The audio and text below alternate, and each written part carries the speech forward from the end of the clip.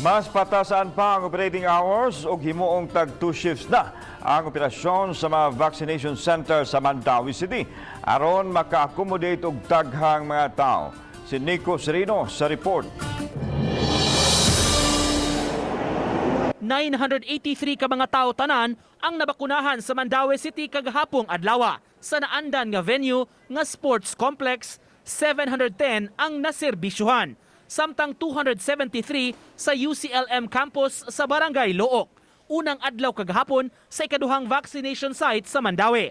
Si Mayor Jonas Cortez mihangop sa vaccination karon sa syudad apan miangkon angayang hingusgan pa ang pag-auhag sa katawhan nga magpabakuna gyud batok COVID-19. It's so ironic, no? Kaniadto ang tao mahadlok ta sa virus. Karon mahadlok na sa ta sa vaccine.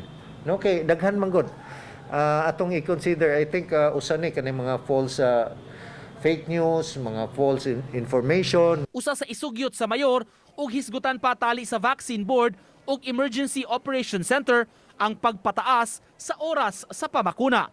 Giplano karon nga aduna nay 2 shifts sa duty sa mga medical personnel aron mas taas ang oras nga makaserbisyo sa katawhan. Duha ka shift, no? 6 to 2 ug 2 to 10.